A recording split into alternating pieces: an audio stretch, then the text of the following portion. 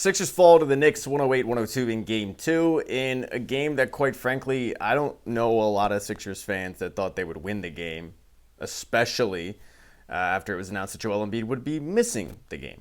So, for all intents and purposes, like leading up to this game after the announcement was made, I was expecting them to get absolutely crushed. I was basically expecting a part 2 of Game 1, where they would get blown out of the building.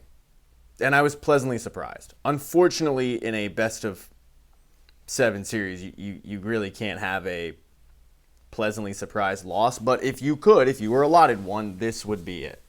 Because I don't really have a ton of complaints about what the Sixers did tonight.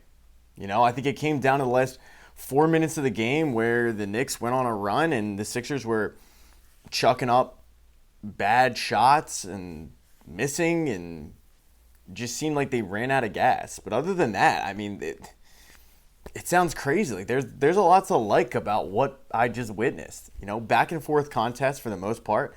Sixers hung with them the entirety of the game. Maxey was incredible in the first half.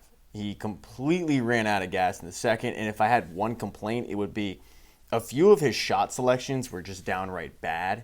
And this isn't a complaint about him running out of gas, because I think that was clear. The starters for the 76ers have played a bunch of minutes leading into this game. And then without Joel Embiid, and credit to, I think Reggie Miller said it, without him, you don't really have a possession off. You can't just chill and sit back. And Tyrese Maxey played the entirety of the second half.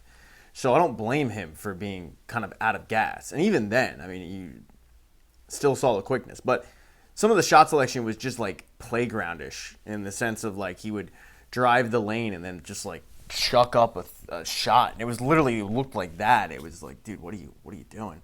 Didn't really like the last possession. Well, one of the last, 40 seconds left or whatever, when Paul George had a similar shot for 3 when they didn't need a 3. They were down by 5. Paul George completely chucks it up. Plenty of time on the shot clock. Not game clock, but shot clock. And they miss it. And, at that point it was all right, game, set, match. But other than that, this to me was, if they'd won the game, this is the Dominic Barlow game. Because you have a situation where Andre Drummond and Adem Bona get into serious foul trouble, with both of them having 4 fouls in the third quarter. And Dominic Barlow comes in, not really used in the playoffs much so far. And not only gave them good minutes, very, very, very productive minutes. Both in the box score and just in game. He kind of did it all. And he really settled down their defense, because it looked like when the Knicks came out in the second half that it was going to be the Karl Anthony Towns show, and he was just going to eat. And it didn't happen after Barlow came in. And that's another good thing that I think the Sixers did. They quickly got Karl Anthony Towns into foul trouble, which forced him to the bench. I don't think that a lot of the fouls were great, if I'm being impartial here. I thought a lot of the fouls on Karl Anthony Towns were ticky-tack. But nonetheless, the Sixers attacked. They got him into foul trouble, pushed him to the bench. Whatever the guy was, that was the backup, because Mitchell Robinson was out, but that kid was getting cooked left and right. Sixers attacked him, and the game plan overall was a strong game plan. I don't have a problem with pretty much any of the starters in this game. I thought Kelly Oubre Jr., again, really good performance. Paul George looked dialed in. At one point, he was shooting 50% from 3. He was locked in this game. VJ Edgecombe looked good. Everybody did their part. Everybody looked good. This was really the first game in the playoffs where the Sixers used a lot of their bench. And by a lot, I don't mean people, but I memean heavy minutes, where you had Adem Bona playing heavy minutes. You had Quentin Grimes playing heavy minutes. And then Dominic Barlow. They only used a 3-man bench, but the guys they used they actually played. Whereas I feel up until this point, it had been, if you look at the box score, 38, 40, 42, 41, 39 minutes for the starters. And then it'll be Quentin Grimes, 11. And Andre Drummond, 6. So I like the response from this team. Obviously, when they got hammered against Boston, in both those games where they got blown out of the building, they responded by winning the game. Ideally, that would have happened tonight. I think with Joel Embiid, it would have happened tonight. But what this shows me is that this Sixers team can, in fact, hang with the Knicks, and that my theory about Game 1, and I'll remind you because I'm not going to assume you watched my video, but my theory was basically like they had a very quick turnaround against Boston.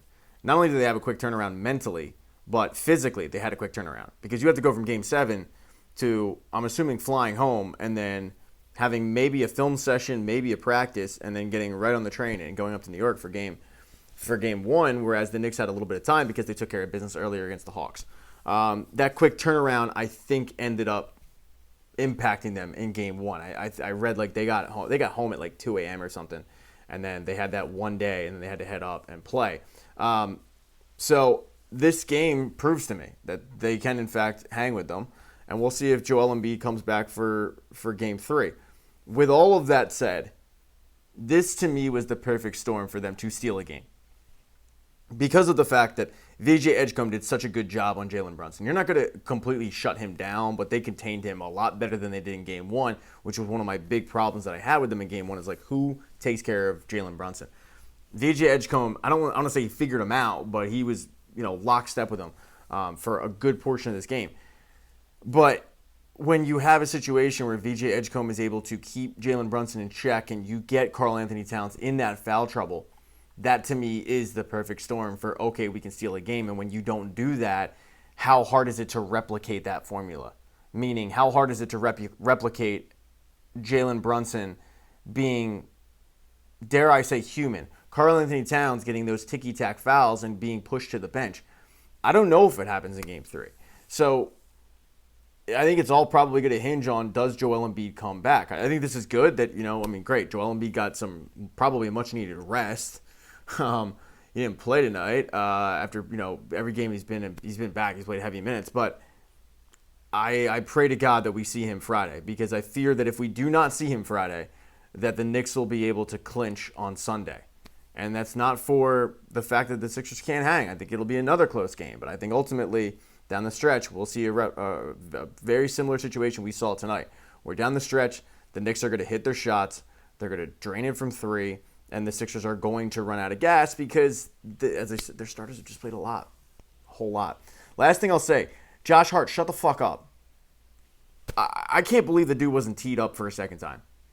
I mean, he's screaming and yelling and putting on a complete ordeal over foul calls. Like, shut the fuck up, dude. Just go play. Once, twice, okay, fine. Screaming and yelling and hooting and hollering. A lot of this has to do with the fact that, I fucking hate Nova people. So I see Josh Hart. I see Jalen Brunson. Mikal Bridges. I know he's not on the team right now, but Dante DiVincenzo. All those Nova people. So, I already don't like him. But to see every time he got called for a foul, the theatrics. Enough, dude. Just play.